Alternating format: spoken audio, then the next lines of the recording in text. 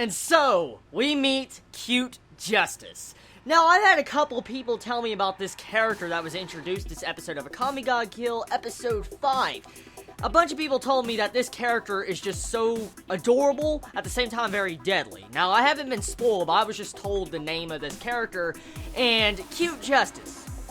I can see why. I think the reason why she's called Cute Justice is because she's dragging around that poor innocent little dog Tegu. Oh my god, what the hell, man? That's animal abuse. That is freaking animal abuse. That's the first thing I want to cover about this review. Cute Justice, how is that cute? She's dragging around a freaking dog, man. She's dragging that dog and hitting it on the freaking ground and stuff, as you see in this episode. That is messed up. That is really just messed up. But overall, her character seems to be very interesting. She doesn't seem to be like an evil character. It seems like she really is doing things in the form of justice. So, I believe her character is just very naive compared to what the things are going on. For instance, she thinks that Night Raid really is evil. She really doesn't know that other characters, for instance, our main characters, are the good guys. And she really thinks that she's working for the good organization.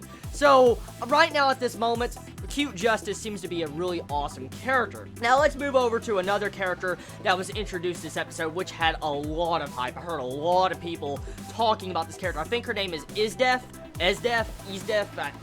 I'm sorry if I messed it up, okay? I just learned her name, and I had to scroll back through the episode again to make sure I didn't miss nothing.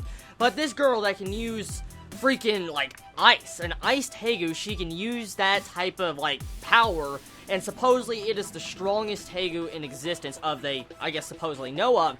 And in this episode, we find out that she slaughtered thousands with this freaking ability. Like, she slaughtered almost the entire northern faction. She was messing everything up. And so, clearly, this person is very strong, because you even had the leader of Night Raid, look worried, very scared about this character, Isdef. I hope I'm not saying it wrong. I probably am, but whatever her name is that the leader of Night Raid is very scared of her. And the thing is, it just shows you that we should probably be worried about this character too, if these characters that are so freaking strong are worrying about this person. So that's one of the biggest things I think about this episode that was introduced. And another thing is that little cute Tegu dog, for instance, that Tegu that's an animal, it reveals to us that there can be living Tegus. For instance, there could be a Tegu that has, like, I'm guessing legs. It can walk around. Maybe a Tegu can be a person. We don't know. But, I mean, from this episode, it makes me believe, or fury, that there's Tegus that can actually walk around. Maybe they can be dragons. I don't know. I'm just throwing out ideas there. But from this episode, that's what I get from that entire bit with the dog. Now, the majority of the episode clearly was set up, character development, and that's pretty much it. Now, I noticed there was a lot of still frames used in this episode. Now, as you all know how I feel by now, I really do like the animation. I know there's been a lot of people, arguing about the animation. They don't like the still frames. They don't like how it's being done.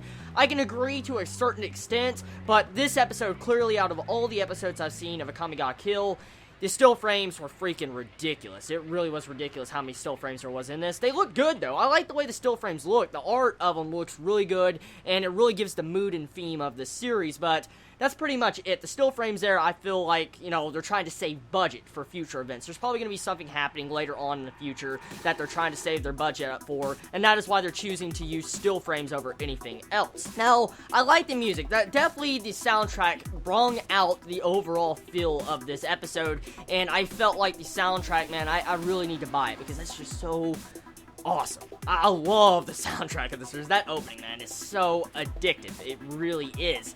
Now, overall, for the most part, the episode was good. I don't see much problems with it, like I said, besides the still frames, and just, I guess it's a slow episode, but, I mean, it was a good episode all in all. I enjoyed it for the most part, and, I mean, I guess that's what really all that matters. Now, all of you manga, readers out there right now that's currently watching this video, please let me know if they skipped over anything, rushed anything, or if they're following the manga chapter by chapter like they have been doing. Please let me know in the comments below. And all of you anime-only watchers, how do you feel about this anime? Are you getting freaking hyped up? And all you manga readers, are you getting hyped up also about this adaptation of your beloved series? So, everybody, you have a wonderful day or night wherever you live. Please be safe. Chibi out.